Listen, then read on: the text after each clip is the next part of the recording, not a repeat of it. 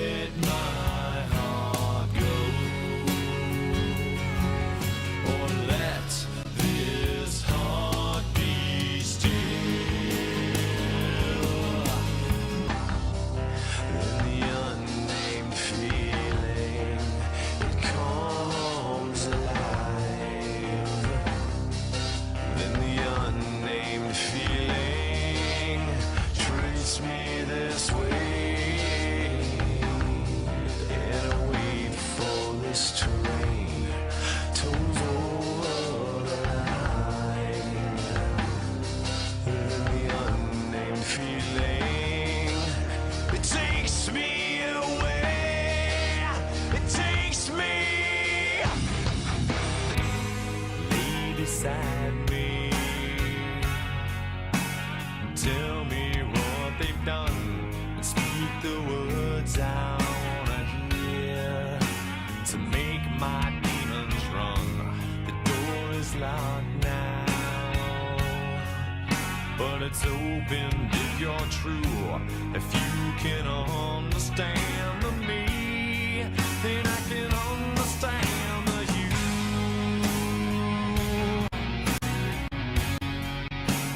My eyes seek reality, my fingers seek my veins. There's a dog at your back step, he must come in from the rain. I fall 'cause I've let go, the net below has right away. So my eyes seek reality, and my fingers seek my veins. The man takes another bullet, he keeps them all within. He must seek no matter how it hurts, so don't fool again. He thinks the answer's cold in his hand, he takes his medicine. The man takes another bullet, yeah, he's been fooled again.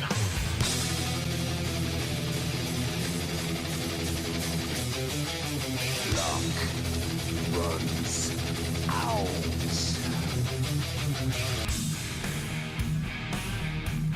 No, you're just nothing. Where's your crown king? Nothing. No, you're just nothing. Absolutely nothing. Off to live on Neverland.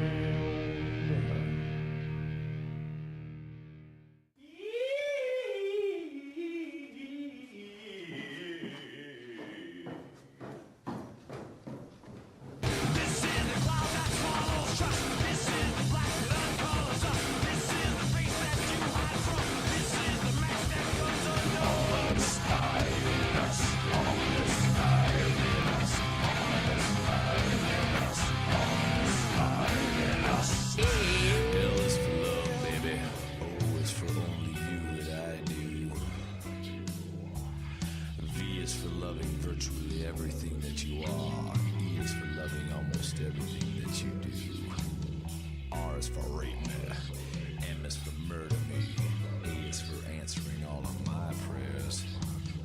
N is for knowing your lover man's going to be the answer to all of yours. Cursed to drown in sorrow.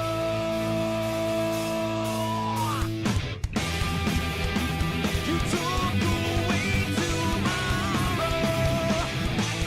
Still I stand, right into the sorrow. Still I stand. You took away tomorrow. Still I stand. You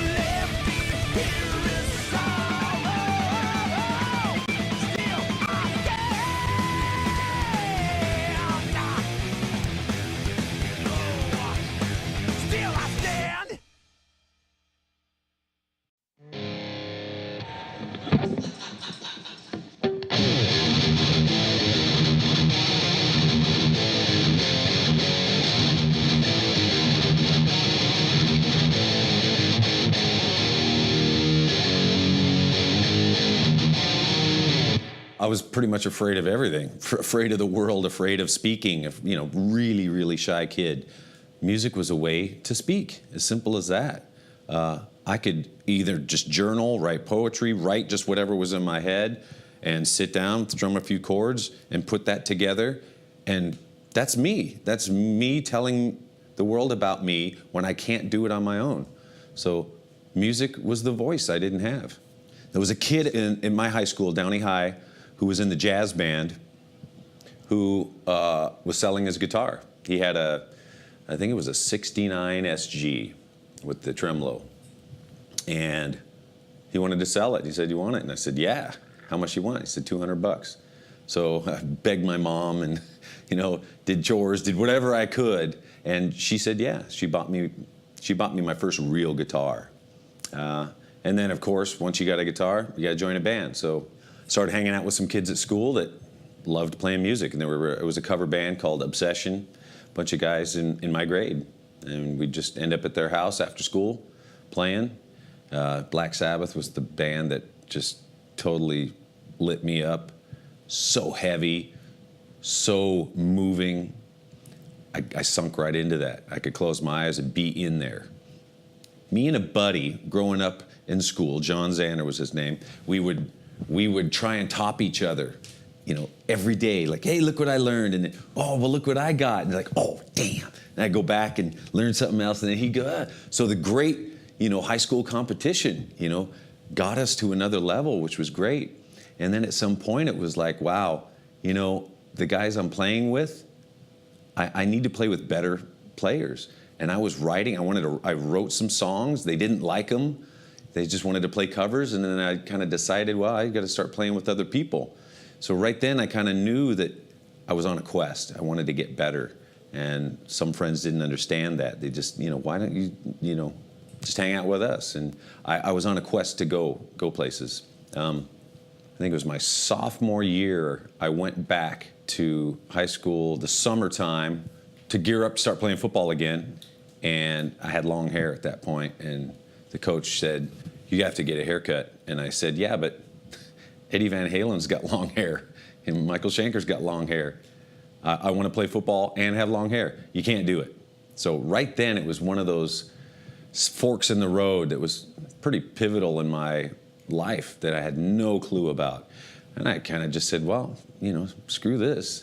Do I want to be second strings, playing football, or do I want to be up on stage, with a mission, speaking through music? I didn't know it at the time, but it was pretty much the right choice.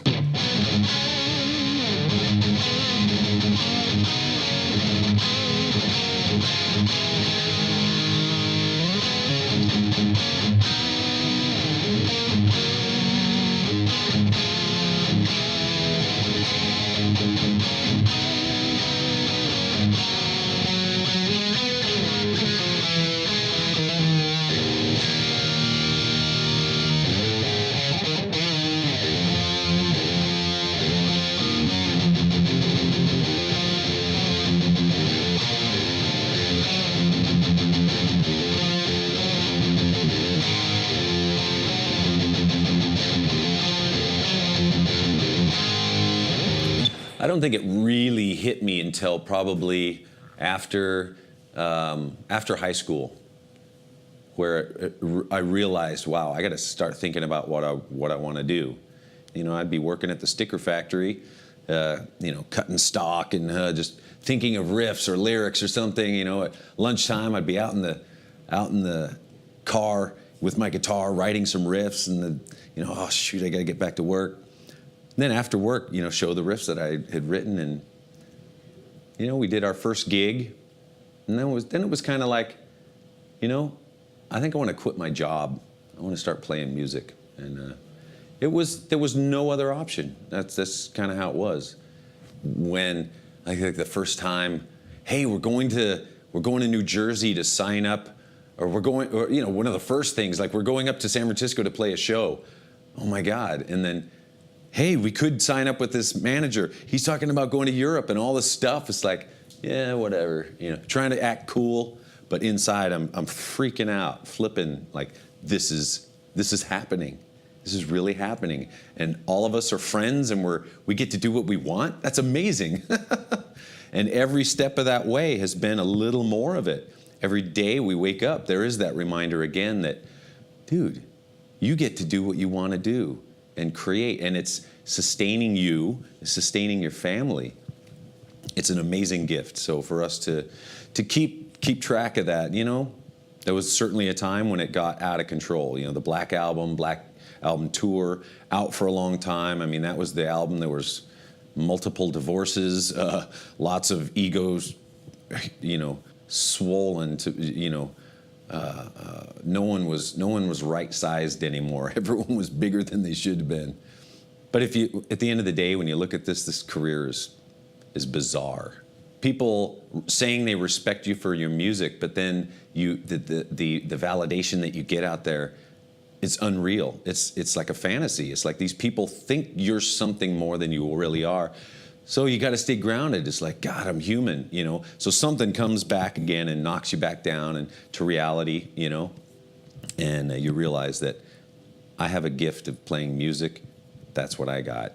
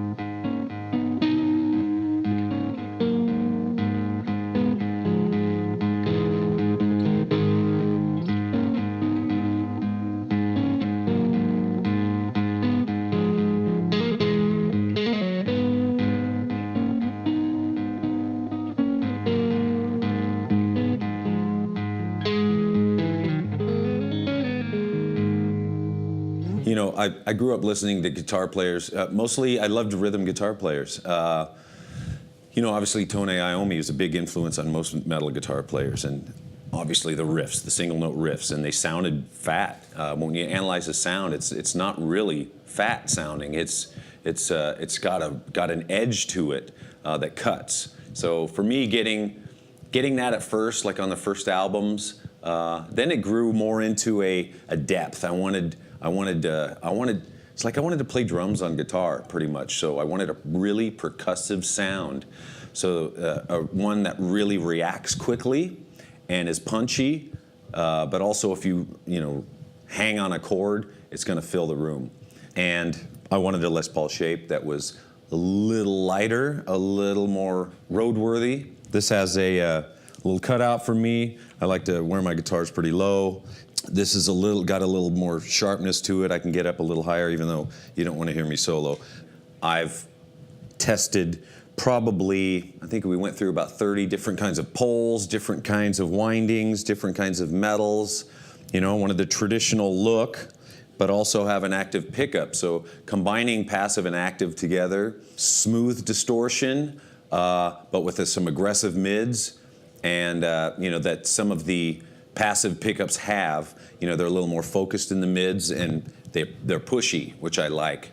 But the warmness and the wideness of the active pickup. So combining those two together was the challenge. And that's what I want in a guitar sound, but not abrasive, not something that's gonna give you, complete ear fatigue, after a concert.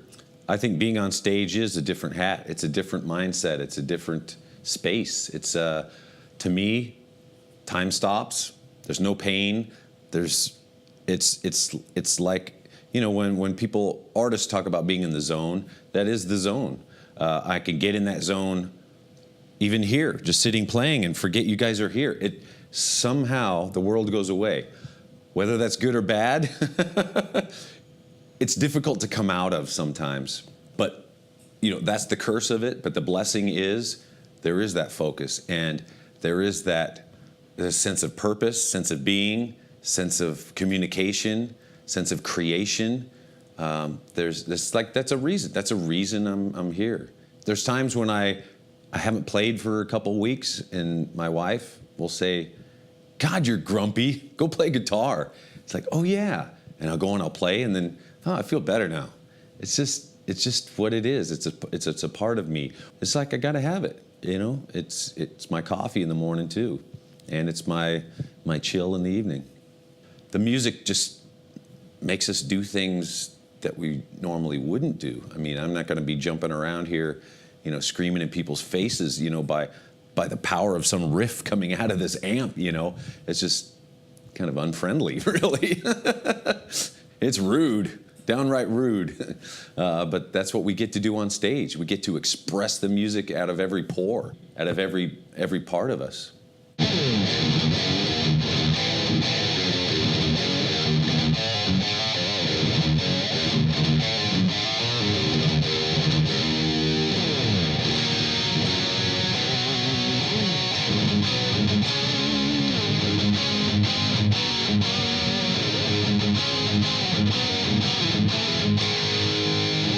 Most things in life that are worthwhile, you got to work at. You got to work at.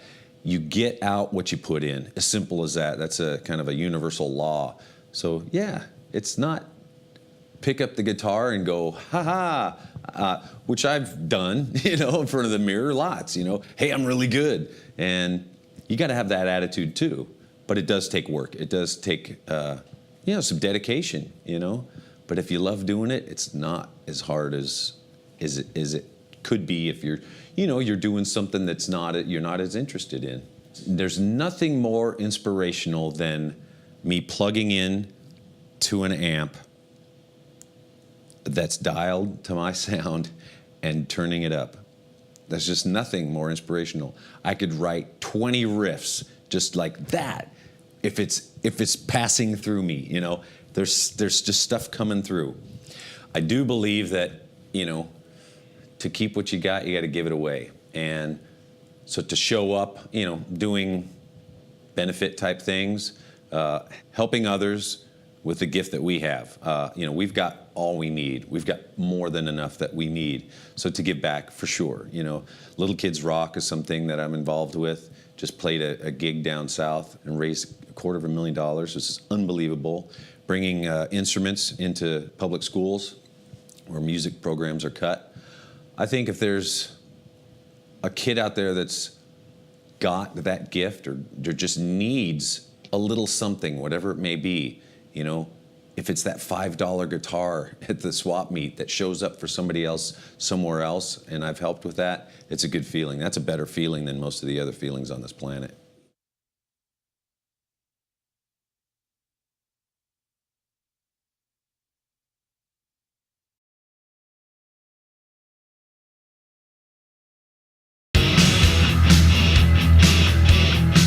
Get this feeling as a kid when I'd be sitting around at home and just I'd get this my stomach would start jumping at I want to build something.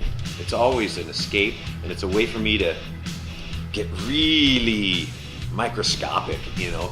When you're down there welding, I mean you're in a zone this big. And it's the same with music, it's the same with lyrics. I come up here and it's like I don't know what I'm gonna make, just start. And it's a very freeing feeling. And you never know what you're going to end up with. I mean, cars are like people to me. They like love. I mean, they love to be touched. They love to be handled. They love to be driven. They love to be admired. Orion is based around heart and soul. And, you know, from the music to the lifestyles to the way we treat the fans, you know, it's all about expressing your heart and love for whatever passion you have. And obviously mine is cars, and cars have souls. There's an art show that's attached to this, the Motor Breath Alley gallery that we're putting together. So lowbrow art, custom culture art, pinstriping, one shot, airbrush, you name it. Creativity in all medias showing up. This is a form of expression. This is a form of freedom, and you know you can get away with driving around something like that, but still have your personality show through. You know, it's just like looking at art, man. You look at a piece and you go, I don't get it, you know, or you look at something else and you go, that is amazing. I wish I thought of that. And your buddy's going, what? People are wondering who drives that car, who made it, what are they thinking, you know? And God bless America, you can drive that thing around the road.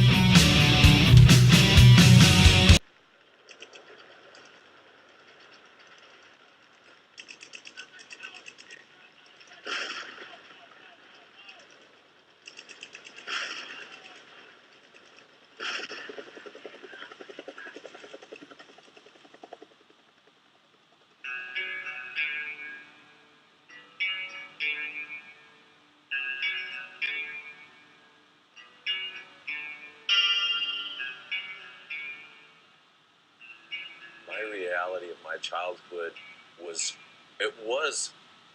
pretty normal. I thought it was a pretty normal childhood. I realize now, when I look back, our family was pretty insulated, very closed off, insular. It was a feeling that we were a little better because of our religion. Our religious belief was Christian Science, and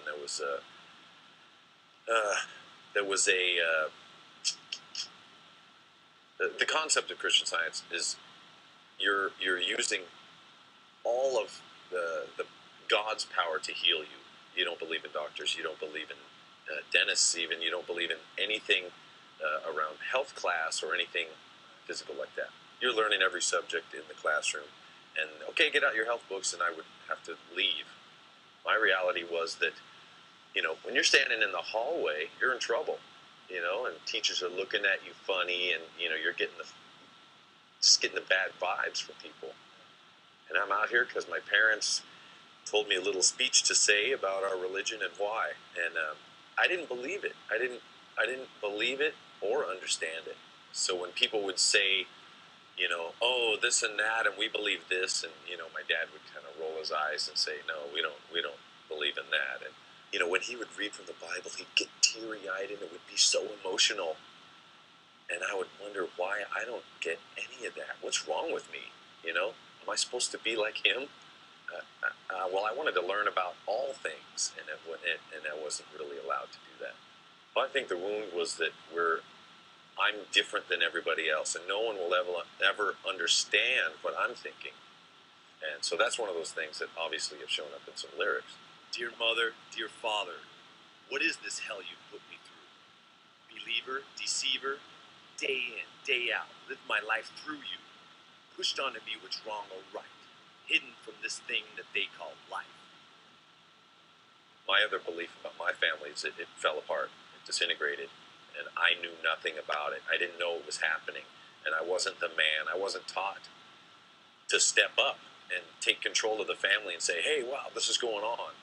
The thing that hurt me most, and when I look back at it, I get really mad that my dad he left without saying goodbye. He left a note. It wasn't even to me. And I fucking hated him for that. And I let him know. Did you? Yeah. And my sister couldn't believe how I was talking to my dad. It's like, what are you doing? You're talking to him like that. It's like, I don't care. He screwed us. When my father left, I was 13. My mother passed away. I was 16. I blamed him for that. I blamed him for my mom passing away. Obviously, the Christian Science religion is you don't go to the doctor. She died of a cancer that we watched her wither away. Me and my sister. It was a big blur, all of that. All through high school, I went straight into the drinking. So I masked a lot of feelings of abandonment. Once the abandonment happened, and once I really got a deep anger from my father and my mother passed away, I had couple of close friends that I was pretty close with, but not to the point where you could sit down and say, man, my mom died and I feel like this. There was none of that.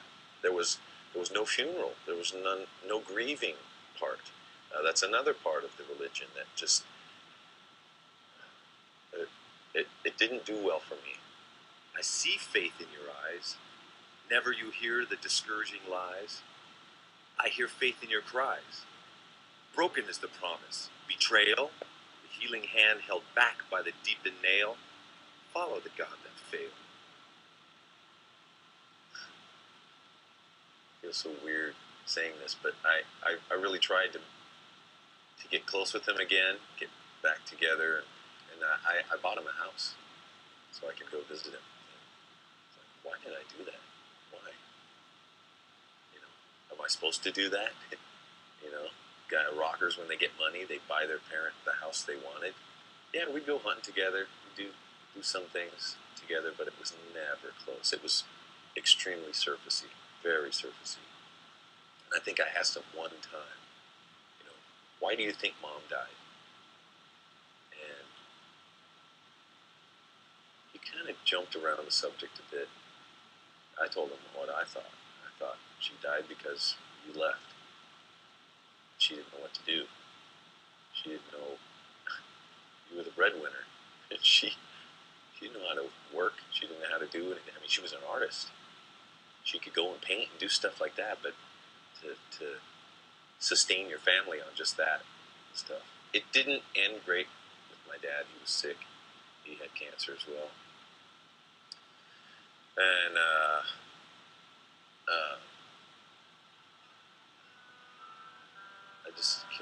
it kind of went away. It just went away. I've gotten closure with my mom, going to her this mausoleum, you call it, and just asking her all kinds of questions. You know, why didn't you let us help you? This, all these things, all these questions that maybe I'll get the answer to later.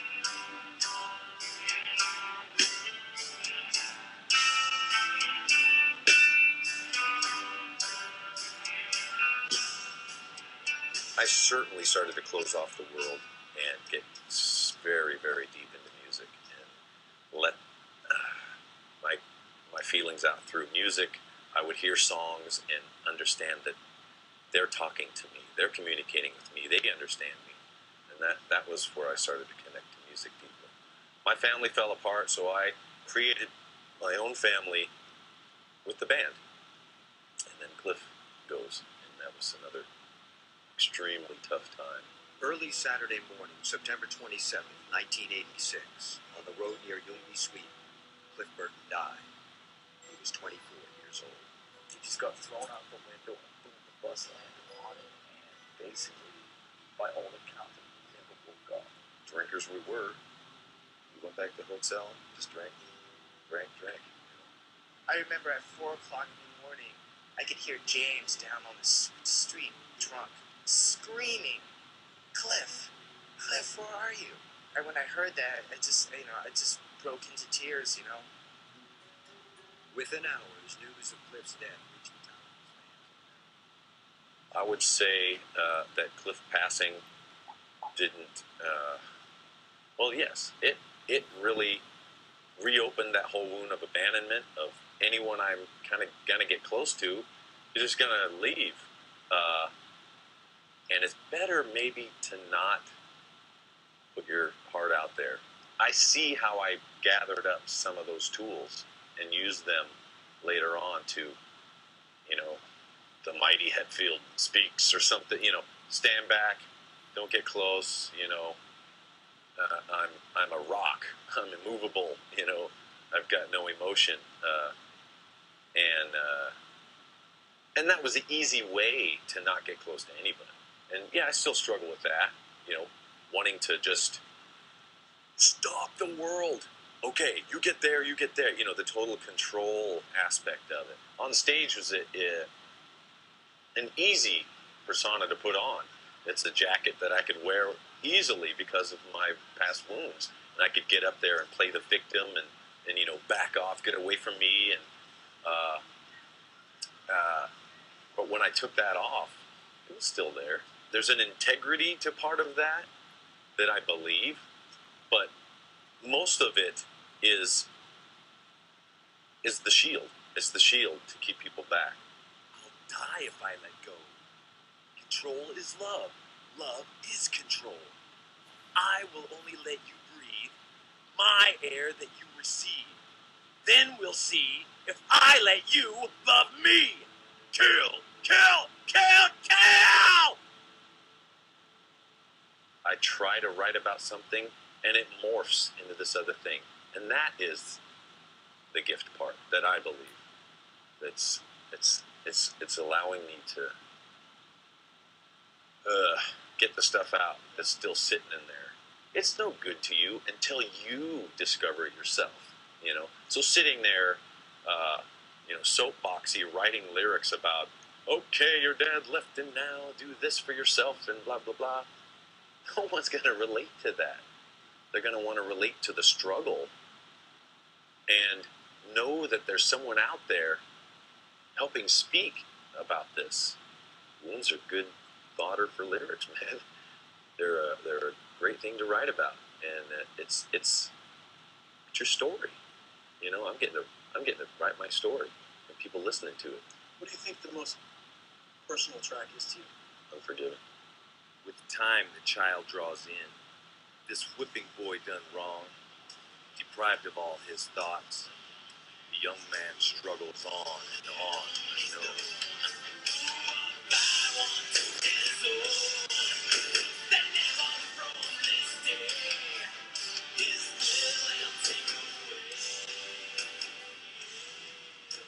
Our kids have no choice on how good a parent we're going to be. I'm going to be there because of what's happened in my past. I've had to learn how to love the family. I really have, because it didn't come easy. I fought it. I fought it for a while. I think once I started yelling at my kids and laying down the hammer, and I just, whoa, that's what my dad would do. I got to stop that. And what really has helped me a lot with forgiving my dad or letting that go is just rewinding into his childhood and seeing he was raised on a farm with a bunch of women. You know, he didn't have a father figure. His dad wasn't around. I had to realize that the world does not revolve around James Hetfield, and that I get a lot more gratification out of hanging out with my family than I do with anybody else. Big eyes to open soon, believing all under sun and moon. But does heaven know you're here? And did they give you smiles or tears? No tears. Well, I always say I want to make it to Grandpa, where I can just sit there and have all the little ones run around and oh yeah, Grandpa Head, how's it going? And and pull my finger, all that good stuff. I definitely want that. I want to be the patriarch of the family and feel like I can be loved by them, and I can answer any, no matter how silly the question is. I'll take time to answer that.